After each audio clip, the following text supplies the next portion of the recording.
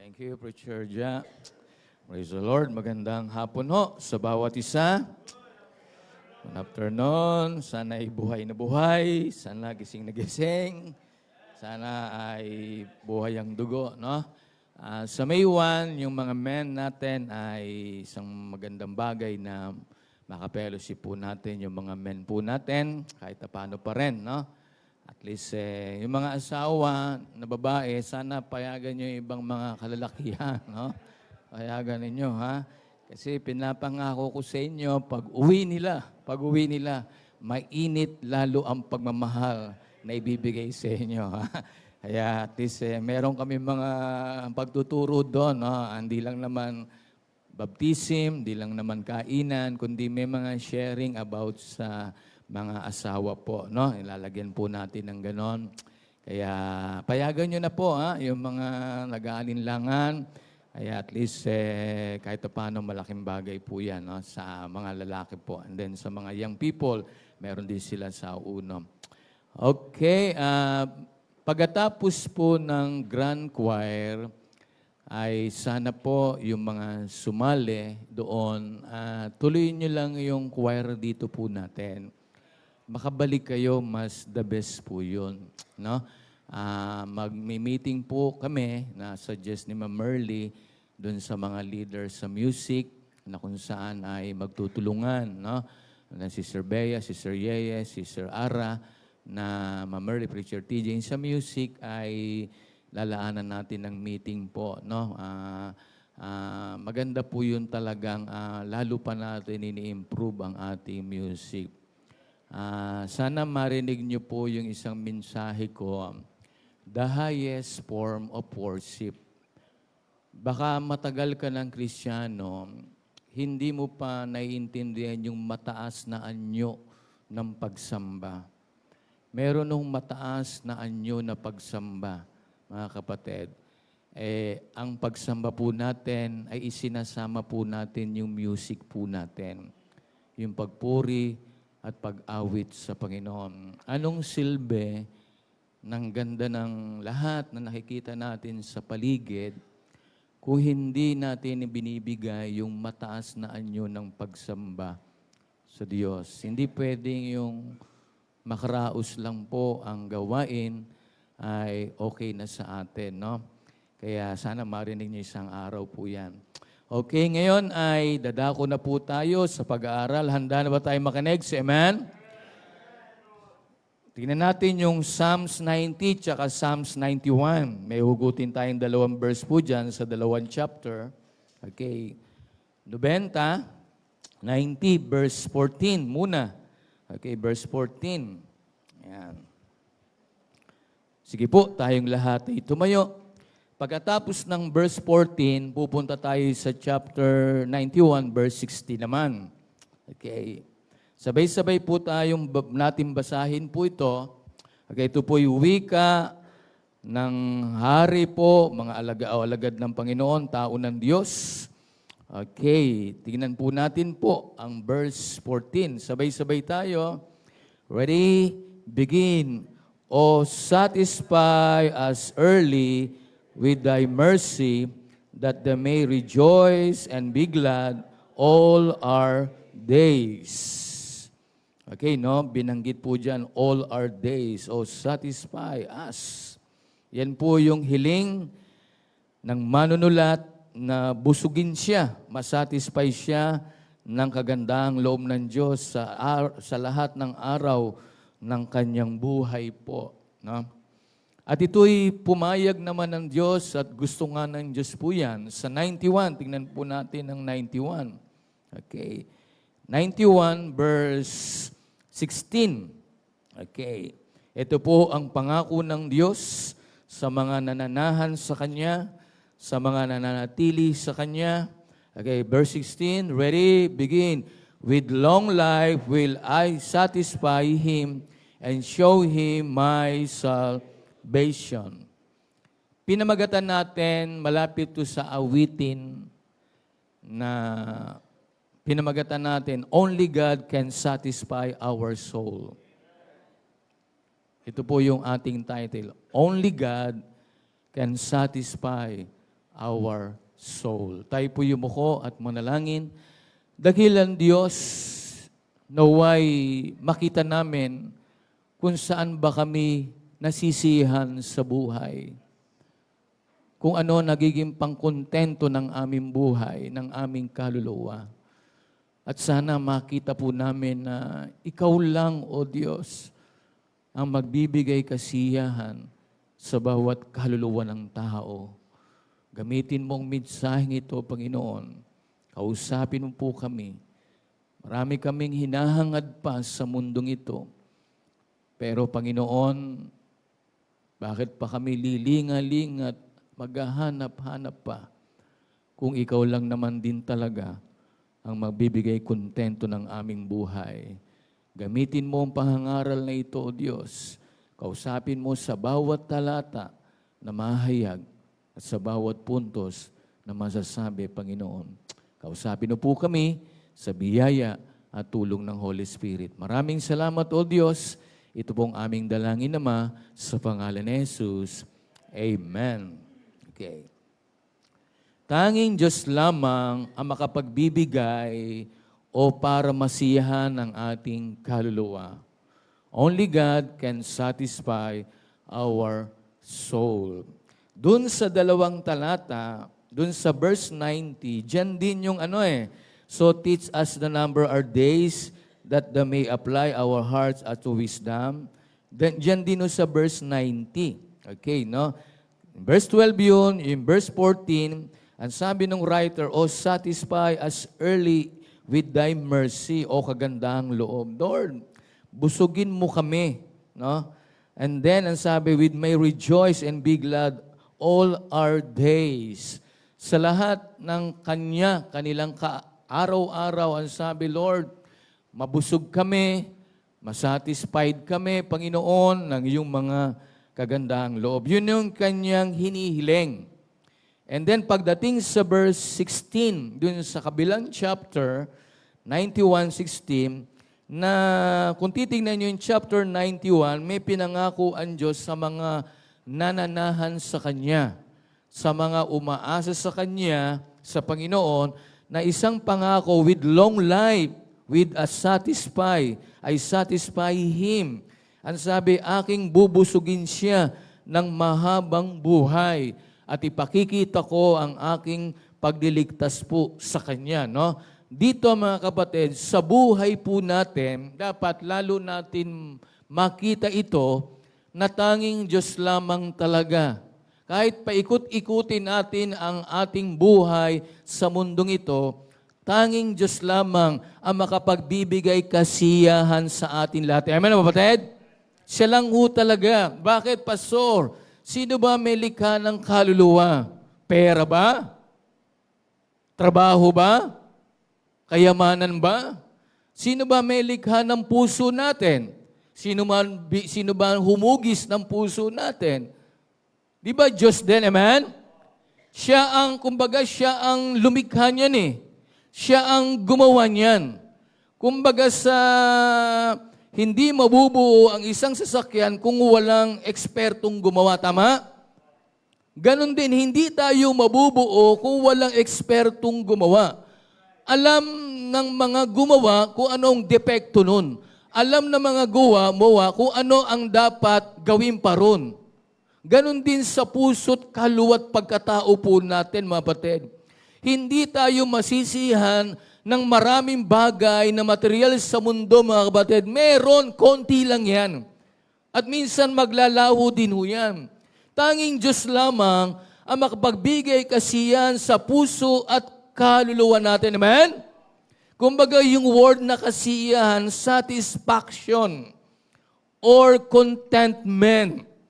Gusto ng Diyos na ma-enjoy natin yung kasiyahan, kagalakan ng ating mga kaluluwa.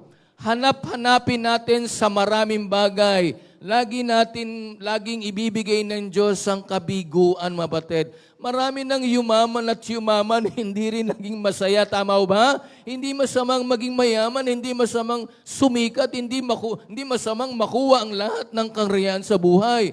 Yung iba nga, sa sobrang kala nila, talagang yun ang nandun na sa tugatog ng tagumpay. Pero naghihiwalay pa rin na mag-asawa, iba nagpapakamatay anak. Ano pa ba? Marami nagtagal nagsusuicide, iba nasisira ang buhay, mga batid. Bakit? Hinanap ng tao kung ano ang mga bagay sa mundo na makasisiya sa kanya. Tayong mga mananampalataya, sapat na po ang Diyos. Amen? Na magbigay ng kasiyahan sa puso at buhay po natin. Tingnan natin yung 63 po na ng Psalm. Sinabi rin ng Psalmist. Okay, kayo po magbasa, 1 to 7 po ito. Tingnan po natin. Isa-isayin natin yung 63, no? Verse 1. Okay, tingnan po natin po yan. Okay, tingnan natin sa Tagalog para mas ma-okay pa rin sa Tagalog, no? Verse 1. Okay, ready? Begin. O Diyos, ikaw ay Diyos ko, hahanapin kitang maaga, kinauuwaw ka ng aking kaluluwa, pinananabigan ka ng aking laman, katawan, isang tuyo at uhaw na lupa na walang tubig. Hinalintulad niya ang kaluwat katawan niya ng lupang tuyo at walang tubig. Ang lupa, mga kapatid, kahit dilig-diligan mo ng maraming beses, kung matagal na tigang yan o natuyo yan ng maraming araw, panahon, taon, yung isang balde, yung isang planggana, yung isang drum, ilang minuto lamang kakainin yan ng lupa yung tubig na yan. Bakit? Kasi talagang ihigupin sobrang tuyo at uhaw. Sinabi ng psalmist, dapat ganon ang pakikitungo natin sa Diyos. Amen? Maaga pa lang hinahanap na natin siya. Kinasasabi ka na natin ng Diyos. Amen, kapatid? Pagdating sa verse 2, tingnan natin ng verse 2. Pakibasa po. Sa gayoy, tumingin ako sa iyo sa sanktuaryo upang tanawin ang iyong kapangyarihan at ang iyong kaluwalhatian. Nung pumunta siya sa church, sanktuaryo, chapel, hindi niya tinignan ang ganda ng templo, hindi niya tinignan ang ganda ng ilaw, hindi niya tinignan ang ganda ng mga damit, ang ganda ng diin. Ang tinignan niya, tumingin ako sa sanktuaryo, ang natanaw ko ron, yung kapangyarihan mo at kaluwalhatian mo. Amen, kapatid? Verse 3, tinatin verse 3. Okay. Sapagkat ang iyong kagandang loob ay mainam kaysa sa buhay. Tayo gusto natin mabuhay araw-araw. Gusto natin makaraos araw-araw. Pero yun lang ang nakikita natin. Ang makita natin, ang sabi, mas mainam ang kagandang loob ay mainam kaysa sa buhay. Nakuha niyo yung talata, mga kapatid? Tayo, parang okay na sa atin ang mabuhay. Maganda ho yan. Pero habang nabubuhay tayo, makita natin yung mercy and grace ng Diyos. Amen? And then, pupurihin ka ng aking mga labi. Verse 4. Anong sabi ng verse 4? Okay. Sa gayoy, pupurihin kita habang ako'y pinagpapala, sinusubok, habang ako'y hirap sa buhay. Ang sabi, habang may hininga siya, pupurihin niya ang Diyos. Igagawad ko ang aking mga kamay sa iyong pangalan. Verse 4. Verse 5. Ang kaluluwa ko'y matutuwa gaya ng utak at taba. Siguro ang utak at taba, nakakasama po yan, di ba? Lalo na yung bulalo, lalo na yung taba. Parang, pag nakakain ka ng utak at taba, parang sila yung tuwan-tuwa na nagbibigay diferensya sa katawan yan eh. Kumbaga sabi, gaya ng, bakit pastor, di ba? Utak, o taba. Kakain ka ng utak ng kalabaw, baka, lakas ng high blood ka yan, mga taba. Siguro, siyempre, alam naman natin, nandyan yung talagang maapekto ng katawan. Yung utak at taba, pag nakain natin, ay tuwan-tuwa sila. Ganon din sabi, ang kaluluwa ko'y matutuwa. Gaya ng utak at taba. at ang bibig ko'y pupuri sa iyo na masayang mga labi. Verse 6, ano sabi ng verse 6?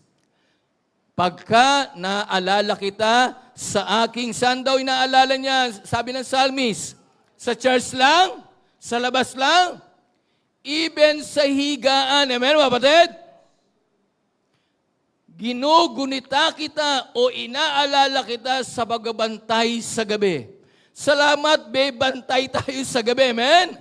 Salamat, meron tayong katabi na higaan natin, hindi lang pamilya natin, asawa at anak natin, merong Diyos, mga kapatid, na dapat inaalala natin at ginugunita natin sa pagbabantay sa gabi. Hindi gwardya, hindi aso, mga kapatid, kung ano man yan, hindi CCTV ang nagbabantay sa atin para magbigay proteksyon, walang iba kundi ang Diyos. Amen?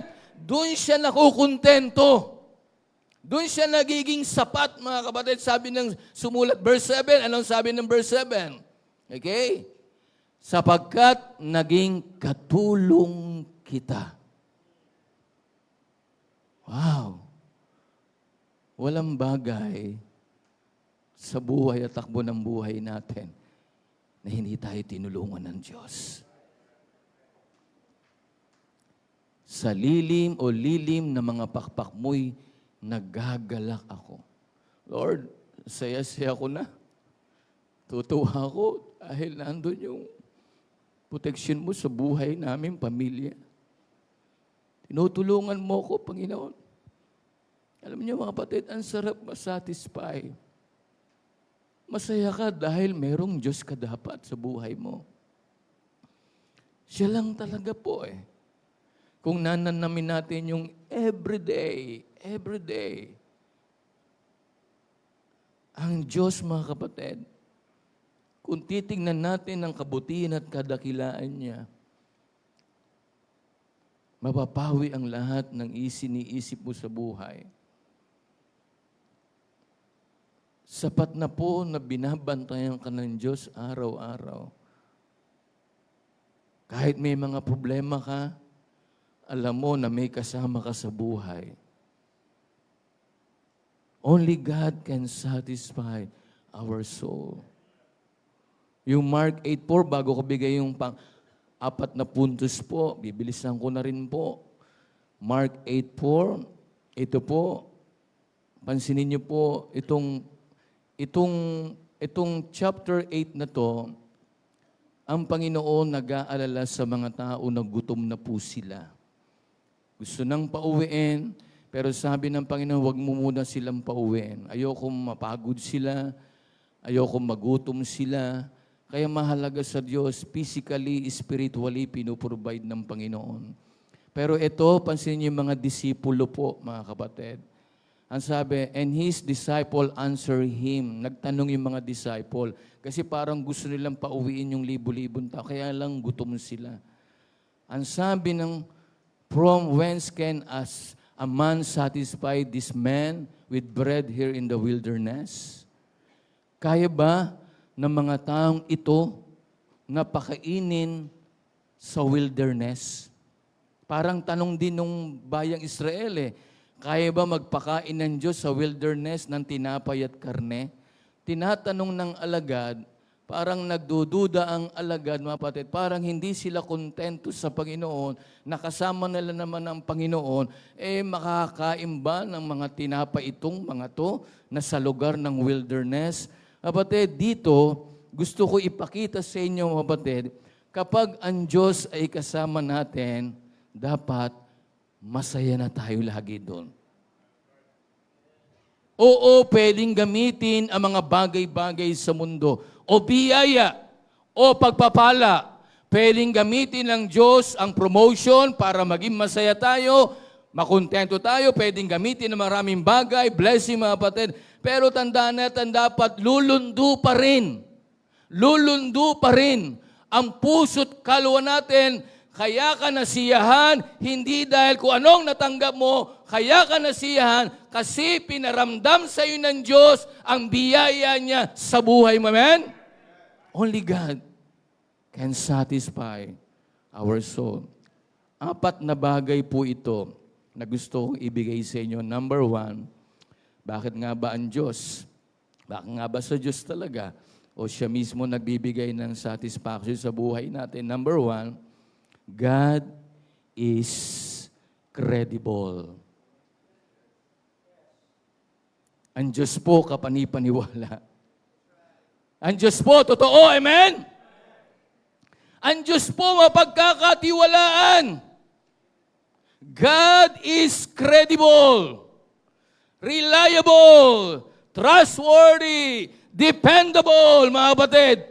At kailanman, sabi ng Titus 1:2, nangako siya na may pag-asa tayo na buhay na walang hanggan at kailanman hindi siya magsisinungaling mula pa ng walang hanggan. Sa pasimula, hindi na nagsinungaling ang Diyos. Amen, kapatid? Yung kaligtasan natin, kailanman hindi siya nagsisinungaling. Pero tayo mga tao, madalas, hindi tayo credible.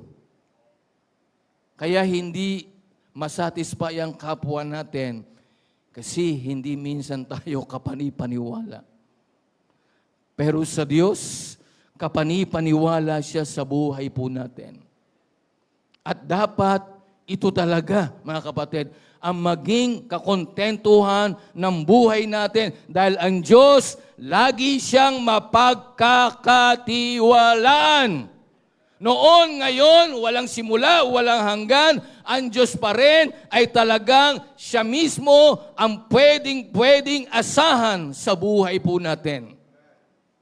Sinabi rin ni Pedro po yan, 2 Peter 1:4. 2 Peter 1:4.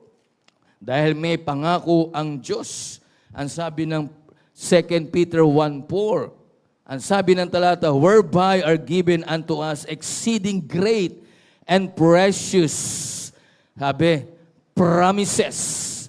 Merong dakilang mga dakila at napakahalagang mga pangako. Yan lang, sapat na ang mga dakilang pangako that by this he may be partakers of divine nature. Ang sabi ng talata, para makabahagi tayo ng sinasabing divine nature. Bakit? Kasi meron sinasabing having escaped the corruption that is in the world through lust. Dito sa mundo, mga kapatid, nandito ang kabulukan, nandito ang masamang pita, nandito ang mga kasalanan sa mundo, para makabahagi tayo, partakers of the divine nature. Gusto ng Diyos na maging bahagi tayo, mabahagi niya sa atin yung kanyang kabanalan. Dahil tumitira tayo sa bulok na mundo at masamang mundo. Kaya nangako siya ng mga precious promises na kung saan ang pangako niya ay napakadakil at napakahalaga, kaya sapat na ho yan para paniwalaan talaga natin ng Diyos. Amen? God is credible. Kaya sabi ng Panginoon, ang ama nyo si Satanas na madalas nagsisinungaling, una pa man, mamamatay tao siya. Sabi ng John 8:44, mula noon hanggang ngayon nagsisinungaling yan. Tandaan po natin, tayo, ang ama natin, dati si Satanas, tayo nagsisinungaling. Pero ang Diyos kailanman hindi po nagsisinungaling. Amen? Kaya kung gusto mong masiyahan sa buhay mo, nandiyan ang Diyos, kapani-paniwala. At dapat natin paniwalaan, mga kapatid. God is credible. Napakasarap sandalan ng Diyos pag maraming problema. Napakasarap pagtiwalaan, panampalatayanan ng Diyos sa panahon na ikaw ay talagang nalulungkot ka, nahihirapan ka. Only God can satisfy our soul. Number 2, bakit nga ba siya? Number 2, God can cure. Ang Diyos ang lunas. Ang Diyos ang nagpapagaling. Ang Diyos po ay gamot natin. Spiritually, physically lalo, siya ang manggagamot natin, siya ang nagbibigay lunas sa atin dahil ang target ni Satanas, mga kapatid, may target ang mundo, may target ang dyablo na sirain ang katawan natin, magkasakit tayo, may target ang mga namumuno sa mundong ito, mga kapatid, na kung saan paigsiin ang buhay ng tao, ang tao po mawalan ng kabuluhan ng buhay, kaya nga maraming ino-offer ang dyablo po para tayo magkasakit. Kaya sa huling panahon, ang tao magkakainan at magiinuman. Tama pala yung history noon na ang tao pala isang beses lang ang meal niya sa isang araw. May nabasa po ako at may na-research din narinig ko, tama pala yan. Yung 1800, nag-promote lang ng mga tindahan talaga, mga restaurant, para lang kumita sila at kumain ng tao. At sa prophecy, nakahula talaga na ang tao sa huling panahon ay kakain na lang ng kakain. At tayo, di ba, bunga ng kasalanan, kung bakit tayo nagkakasakit, yes or no? Bunga ng ating pagbabaya, mga kapatid. Pero salamat, ang Diyos, pagka nagkakasakit tayo, binibigyan niya pa rin ng lunas ito. Amen, kapatid? Kaya nga sabi ng Lucas 9:1, tingnan po natin yung Lucas 9:1. May binanggit po ritong dyablo at kaaway man. Ang sabi ng Lucas 9:1, ang sabi po, then the called he 12 disciples together and gave their power and authority over all evil devils and to cure diseases. Binigyan ng Diyos ng kapangyarihan ng 12 alagad para magpagaling sa mga sakit dahil ito nga, pinamahalaan ng demonyo po, ang sabi, authority over all devils. Kaya dito, salamat, merong Panginoong Diyos na nagko-cure ng ating mga sakit. Amen? Nagbibigay lunas po sa atin dahil alam naman natin, bunga ho yan. Kaya kung pababayaan natin physically ang ating katawan, kaya dahan-dahan lang sa paglaki ng tiyan. Dahan-dahan lang sa pagsubo. Dahan-dahan lang sa mga mamantika. Dahan-dahan lang sa mga matatamis. May ice cream ba mamaya? Minsan lang ho yun, nag-ice cream ako. Alam ni Mrs. yan, bihira ako mag-ice cream. Inaalo ako ng cake, ng ice cream, halo-halo. Bihira lang naman ho yan, kapatid. Pero siyempre, ingat pa rin ho tayo. Dahil siyempre, hindi natin namamalayan talagang ay pwede tayong mag-asa. Mahirap naman yung pag nag-adobo ka, lilinisin mo pa yung adobo. No? So, mahirap naman siguro. Sobrang linis naman siguro.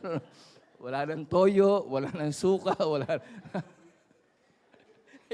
hirap naman ng gano'n. Pero dito, kumbaga, yung pagkakasakit natin, bagamat bunga ng kasalanan o bunga ng pagkapabaya natin, hindi naman nangangahulugan na hindi na tayo pagagalingin pa rin ng Diyos. Pero siyempre, wag natin i-abuse o abusuhin na kung saan makontento tayo kung ano lang yung kinakain natin. Kapatid, kung ano lang yung nararapat po sa atin. Lucas 13:32, tingnan po natin 13:32. Okay, God can cure. Okay, 13:32. Ang sabi ng talata, okay, no? And he said unto them, Go ye, and tell the pox, behold, I cast out devils, and I do cure today and tomorrow. Yun ang pangako ng Diyos eh. I do cures today and tomorrow. Ang sabi ng talata, kaya kong pagalingin kayo ngayon, kaya kong pagalingin kayo bukas. Totoo yan. Nagkasakit tayo nakaraan, sino nagpagaling? Nagbigay lunas. Nagkasakit tayo ngayon, sino nagbigay ng lunas? At isang araw, pwede tayong magkasakit. Sino magbibigay lunas? Walang iba kundi ang Diyos. Lalo na yung may sakit sa puso. Hindi yung puso talagang tumitibok, no? Yung nagpaiyak sa'yo. Sino nagpaiyak sa'yo sa pamilya mo, kapatid, sa Panginoon? So, ang sakit, sobrang hapdi ng ginawa sa akin. Malamig ka ngayon. Sino pwedeng magbigay lunas sa spiritual na buhay mo? Nasa church ka, pero parang hindi halata, pero backslider ka. Di halata na galit ka kay ganon, di halatang masama ang loob mo. Sino pwedeng gumamot niyan? Sana pagamot ka na.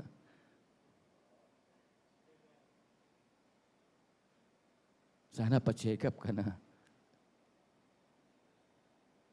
Alam naman natin ng Diyos ang manggagamot talaga eh. Hindi ka kasi kontento eh. Hindi ka naniniwala na kayang gamitin ng Diyos ang sama ng loob mo. Kaya nandiyan pa rin yan. Hello, may kausap ba ako? Pastor, hindi ako naniniwalang kaya ng Diyos na kami magkasundo pa. Hindi ka kasi nasisiyahan sa Diyos ang kaluluwa mo. At hindi ka naniniwala na ang Diyos ang lunas. Kung pisikal, kaya kanyang pagalingin lalo ang spiritual na buhay mo. God can cure. Ang Diyos ang lunas po. May pagtatalo kayo, kung magkakasundo kayo, ang Diyos ang magbibigay lunas yan. Nandiyan pa ho ba kayo? Kung may pagtatalo kayo, ang Diyos ang pwedeng magbigay lunas yan.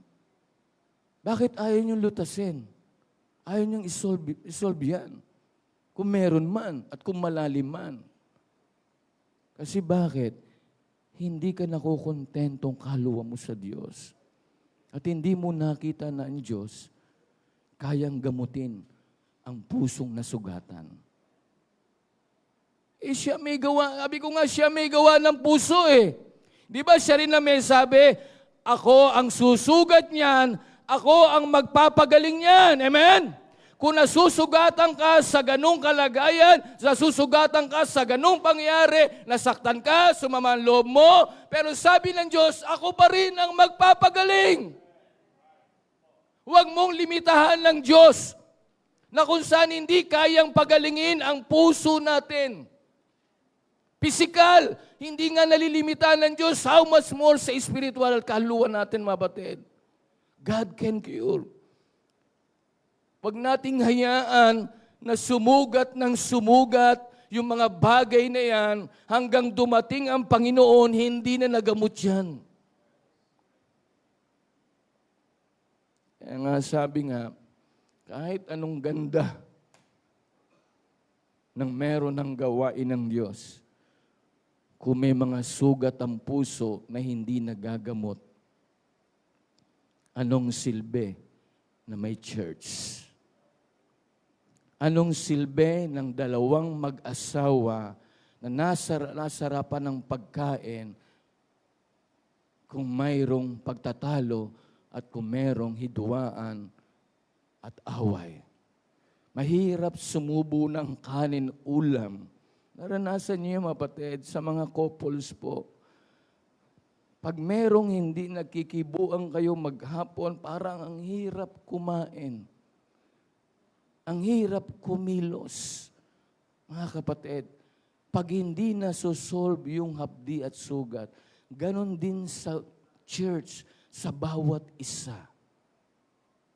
Hayaan natin ng Diyos ang magbigay kasiyahan sa kaluluwa natin na siya mismo ang pwedeng gumamot sa mga bagay sa puso natin. Kapatid, paniwalaan natin, God can cure. Amen, kapatid?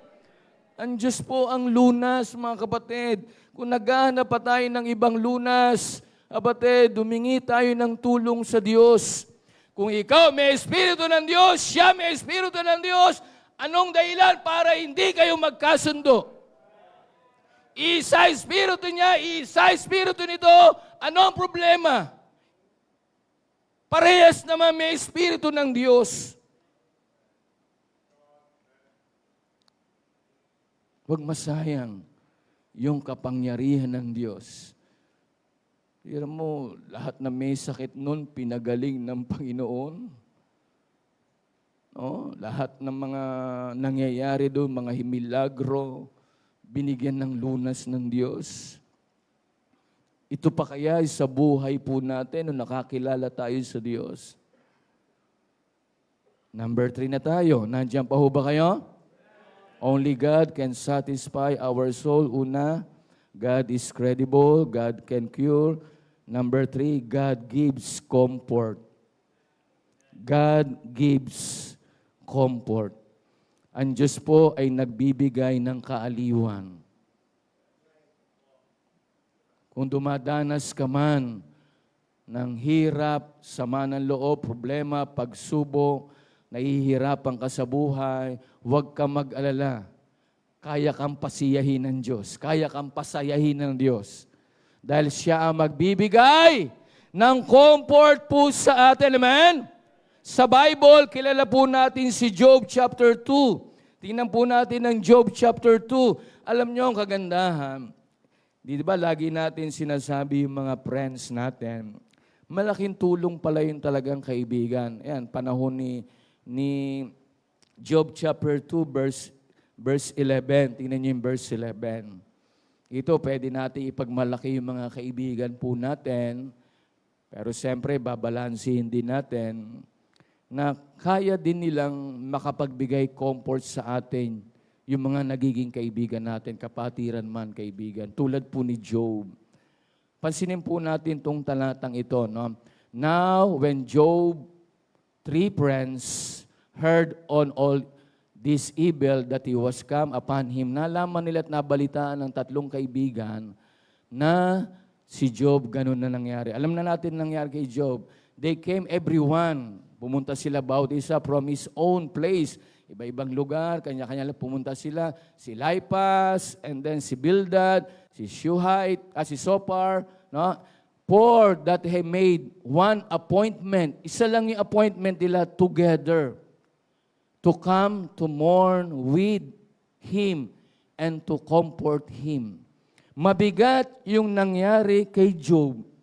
Pero meron siyang 3 friend na pumunta talaga para nag-appointment sila together. Sa Tagalog, tama ba ako, nagkaisang puso ba yan sa Tagalog? No? Pakiano mo sa Tagalog. Yung 3 na yan, ang sabi ay sa verse 11, okay, yan. Ang sabi ng talata, may karugtong yan sa baba. May karugtong yan sa baba. Wala nang karugtong sa baba? 2:11? Okay.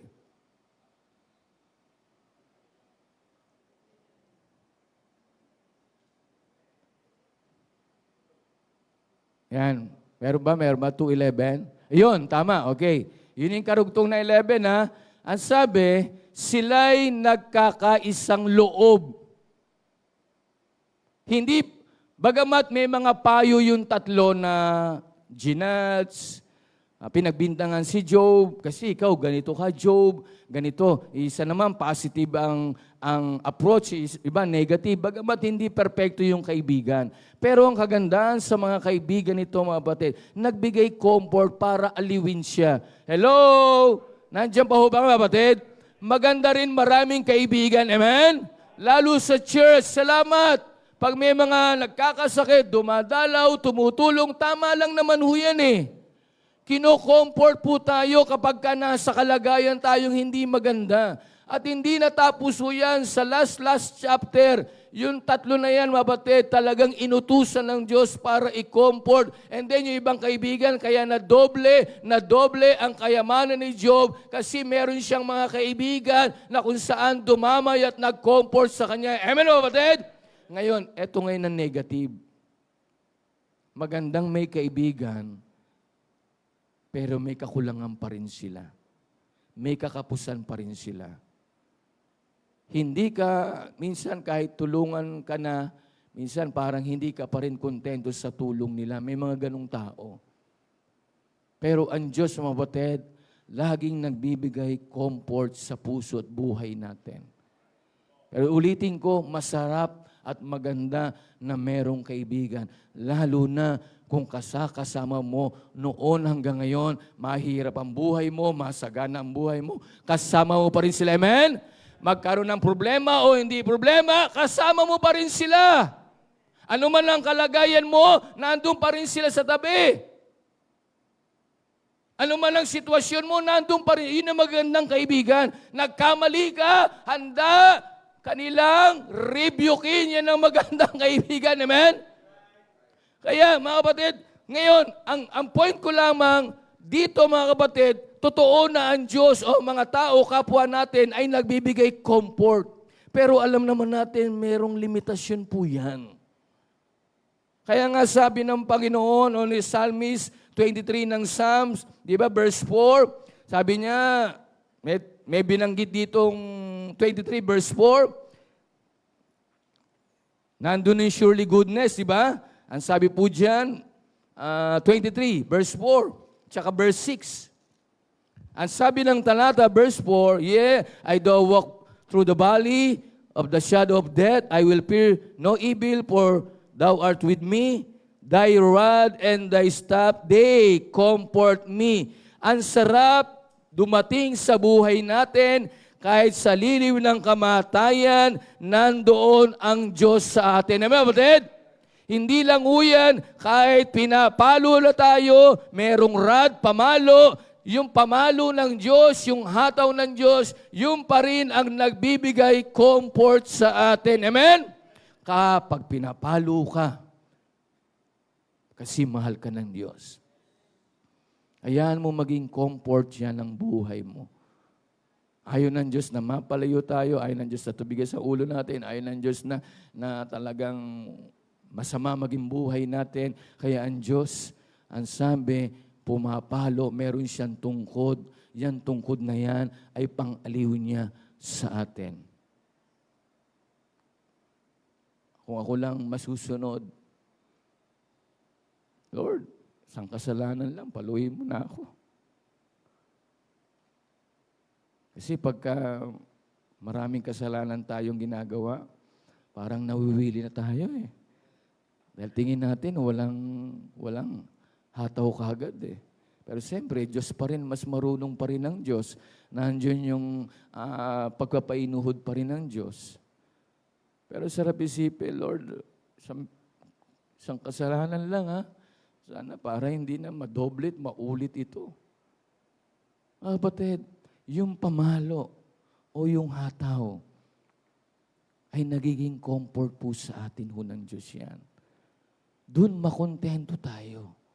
Masatisfy na tayo doon. Lord, thank you. Inataw mo ako kasi hindi ako dumalo. Nung madalas, nagkasakit ako. Praise the Lord! Lord, kasi nanlamig ako sa panalangin, pagbabasa, may nangyari sa pamilya ko. Lord, thank you sa palo mo. Thank you sa hataw mo. Lord, kasi sa tigas ng ulo ko, may nangyari sa akin. Kaya pasalamatan natin, mga kapatid, yung pamalo niya ay nagbibigay comfort sa atin. Amen? Hindi lang yung salita niya, hindi lang yung blessing ang binibigay ng Diyos para ma-comfort tayo, kundi yung mga naging kasalanan natin na kailangan tapatan yan ng pagpalo ng Diyos, tapatan niya ng parusa ng Diyos para matuto tayo. God gives comfort.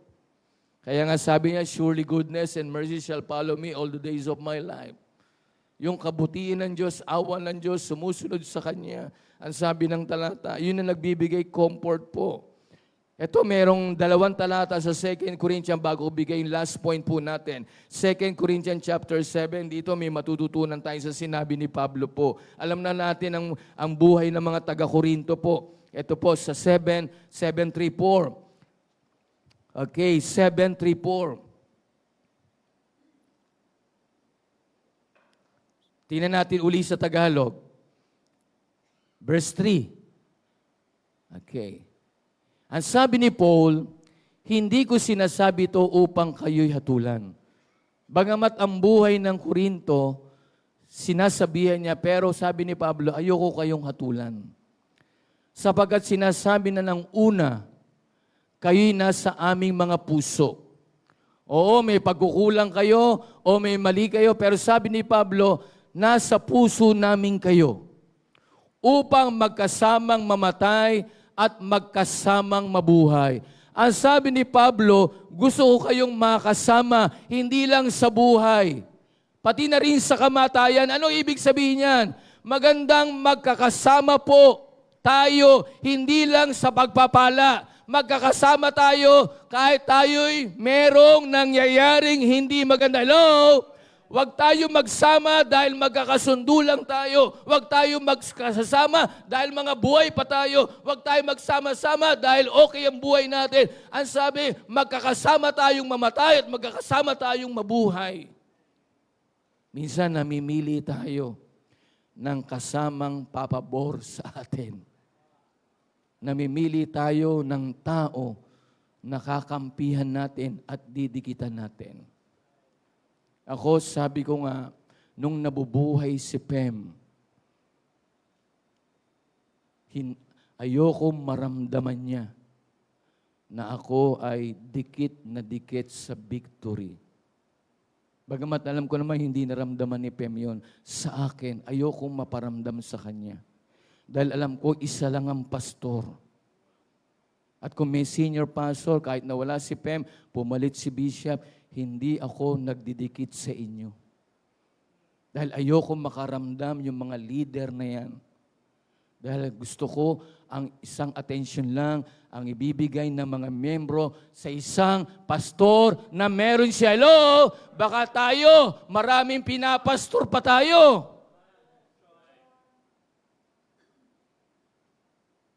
Marami pa tayo hinahabol na pastor. Mga kapatid, ako nga, ini-imagine ko, paano kung nawala agad ako, nawala si Bishop? Tingin ko, marami kayong iba-ibang pipiliin mga pastor.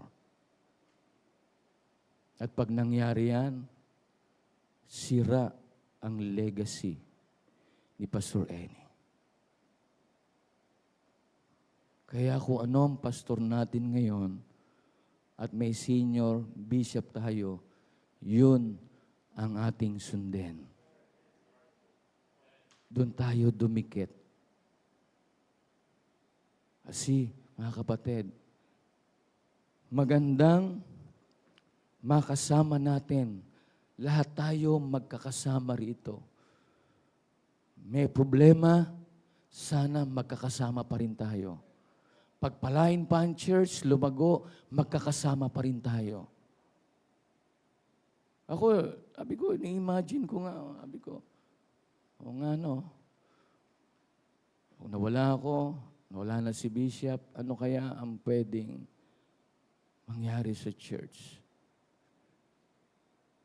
Ngayon, burahin na natin sa isip natin kung sino yung mga, kung meron pa, naglalaro sa isip natin na gusto natin maging pastor. Iisa lang po ang pastor ngayon. At iisa lang yung senior pastor natin, si Bishop.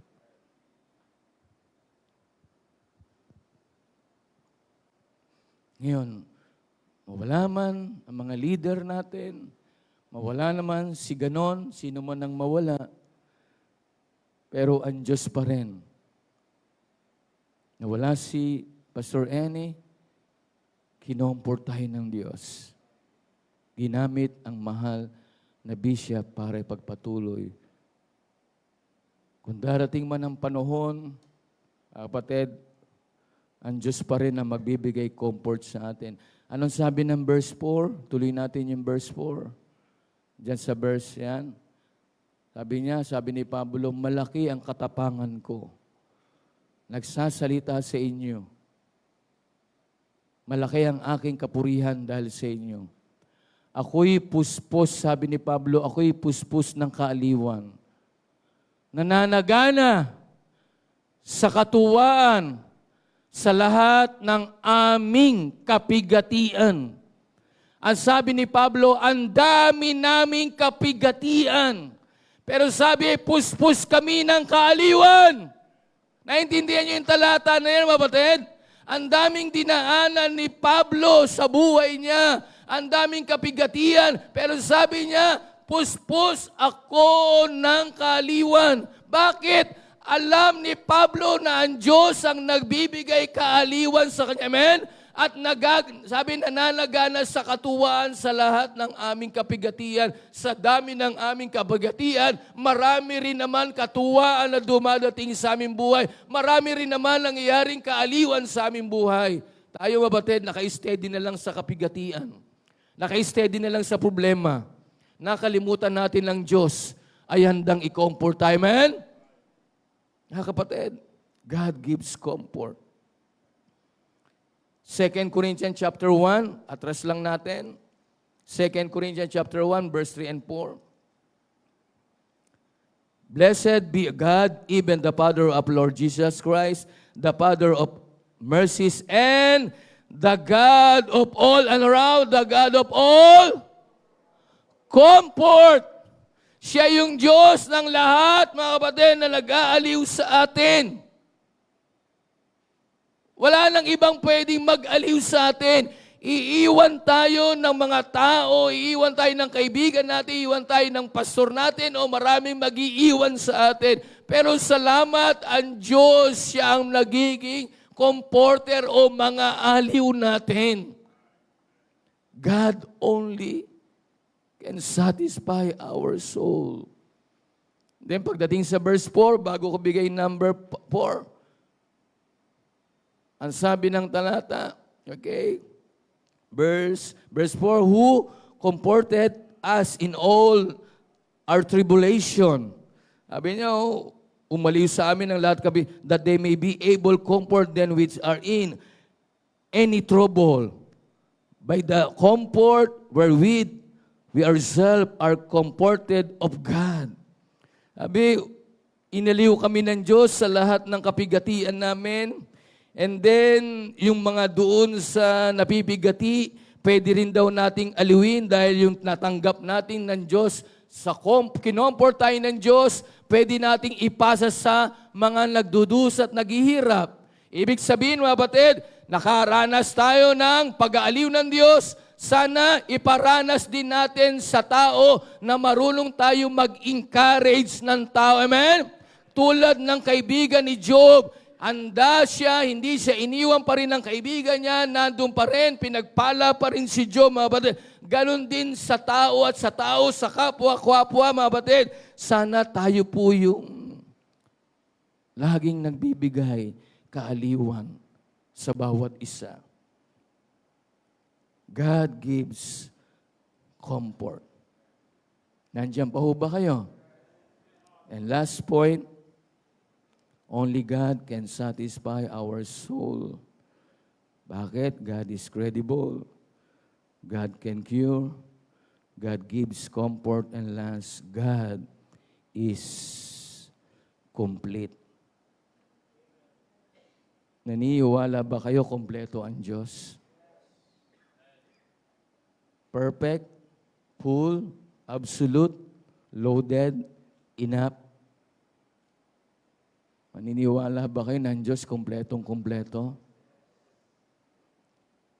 Anong sabi ng John 1:16? Ilang talata na lang po. Anong sabi ng John 1:16? And of His fullness have all we received, and grace for grace. Lahat daw tayo nakatanggap ng biyaya sa biyaya. Amen, batid? Walang tao sa mundo na hindi nakatanggap ng biyaya at biyaya at biyaya ng Diyos. Tandaan po natin, wala na tayong hahanapin sa Diyos. Nasa Diyos na ang kaligtasan natin, nasa Diyos na ang kapatawaran, nasa Diyos ang hininga natin, nasa Diyos ang kinakain natin, nasa Diyos ang pag-iingat, nasa Diyos, kompleto na ang Diyos, nasa Kanyang buhay na walang hanggan. Tinanggap natin, nandiyan ang Holy Spirit na nanaan sa puso natin. Ang Bible nandiyan, kinumpleto ng Diyos sa buhay natin, mga kapatid. At ito'y natanggap natin. Kaya dapat lang makontento tayo, amen? Dapat lang masatisfy tayo doon sa ginagawa ng Diyos. Kasi ang Diyos kompleto. At wala siyang pagkukulang sa buhay po natin. Haranasan po natin ang lahat ng biyaya ng Diyos. Marami ka bang hinahanap sa buhay? Masaya ka ba? May trabaho ka? Masaya ka na may pamilya ka? Masaya ka ba na may mga meron ka ngayon sa buhay mo? Pastor, yes. Na-enjoy ko, praise the Lord. Enjoy mo lang. At sana kung hindi man ibigay ang lahat ng Diyos para sa iyo, huwag kang maghinanakit. Huwag kang sasamaan loob. Huwag kang magtatampo. Hindi nangangahulugan pag hindi binigay ng Diyos, hindi na kumpleto ang Diyos. Mananatili pa rin kumpleto ang Diyos. Mananatili pa rin siya at hindi nagbabago ang Panginoon. Ang kagandahan lang yan, kapatid, huwag na tayong maganap na kung sino ko kumpleto sa buhay natin. Huwag na tayong maganap kung sino magpapasaya sa atin. Hayaan natin kahit nag-iisa tayo.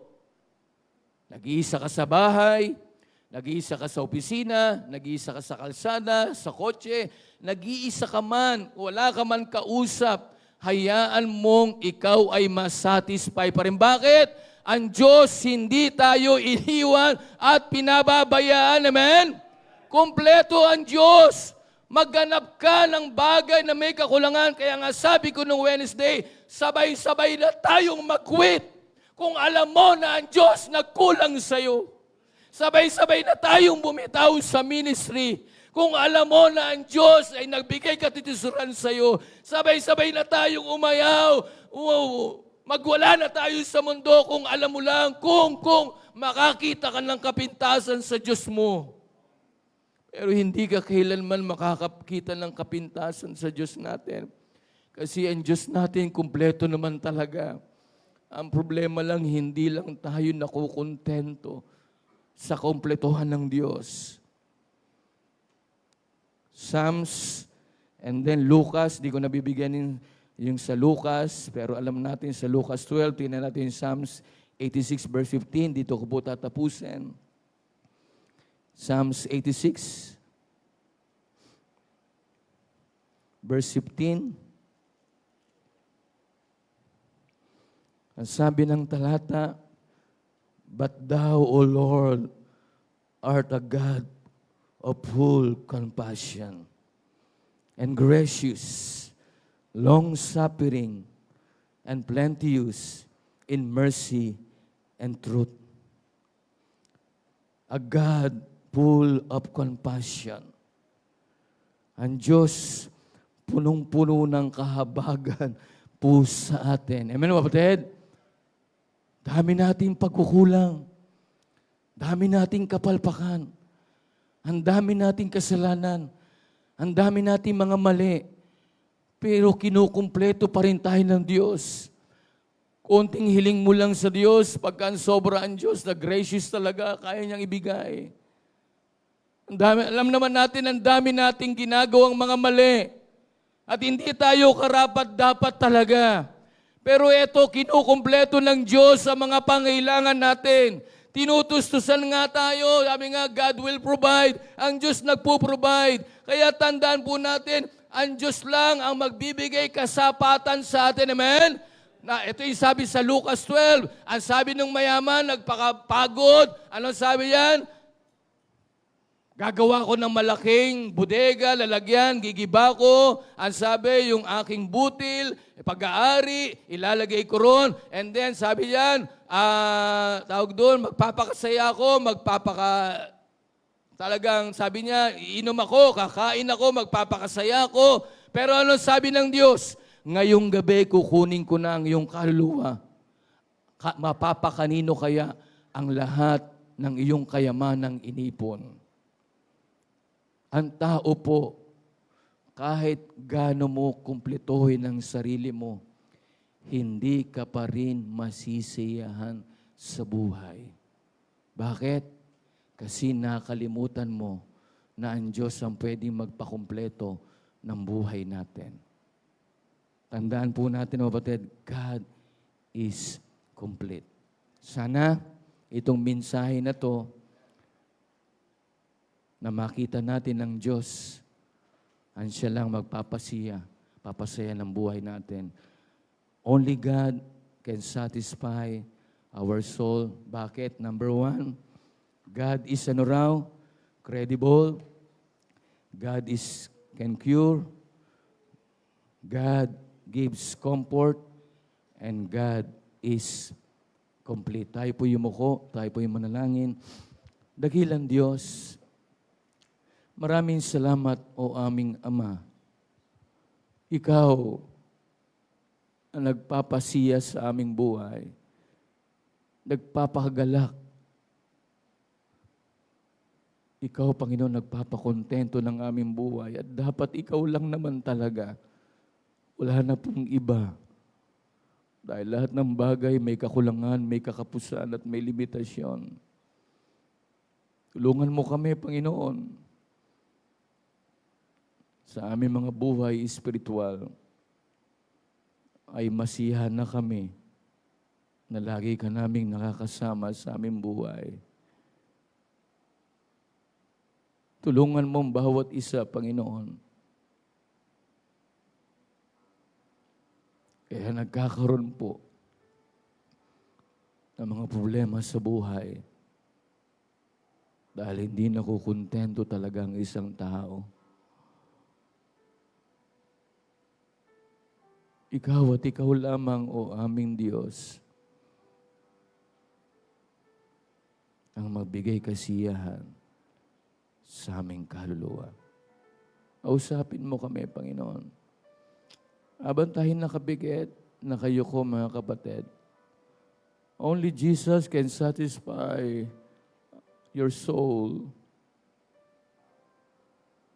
Sa Jesus lang po.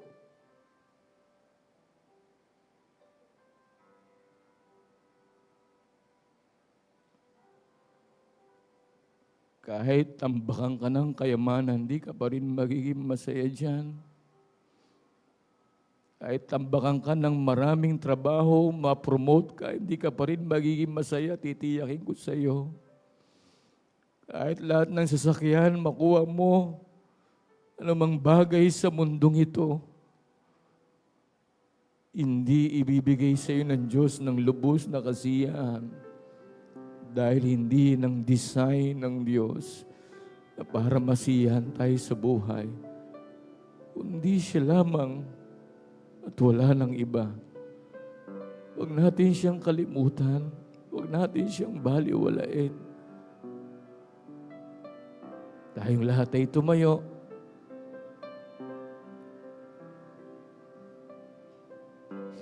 Pinagpahalaba ang mensahe sa iyo ngayon. Nanghusapan Diyos sa iyo ngayon. Kung narinig mo ang mensaheng ito, Pastor, sa salita ng Diyos, masaya na po ako. Nare-remind ako, nare-rebuke ako. Pastor, masaya po ako sa buhay ko ngayon dahil nagagamit ako ng Diyos. Pastor, masaya po ako dahil ang mga pamilya ko nandito. Ikasiya mo yan. Kung ano man ang binibigay ng Diyos sa iyo at nararanasan mo, ikasiya mo yan. At kung wala man dadating pa, ikasiya mo pa rin. Dahil kailanman hindi kayang tapatan ng Diyos o hindi kayang tapatan ng mga material na bagay ang Diyos sa langit. Satisfy ba ang kaluluwa mo sa Diyos? Lapit ka lang. Thank you, Lord. Satisfy mo ang buhay ko po.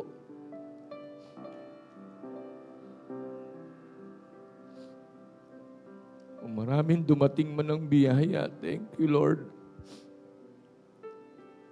Binagana naman ng Diyos, pinapasagana ng Diyos ang buhay natin. Thank you.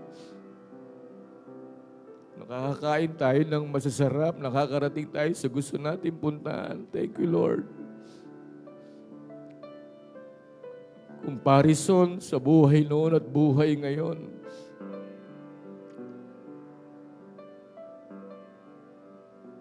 Pero hindi pa rin kayang tapatan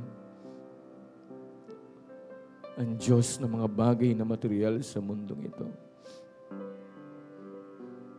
Wala lang iba kundi siya lang. Lord, turuan mo kaming makontento. Turuan mo kaming maging masaya lagi. Maaaring ang tao pwedeng gamitin na maging masaya kami. Pero hindi laging ganun ang katotohanan. Pero ikaw at ikaw lamang. Kaya salamat sa mensahe, Panginoon.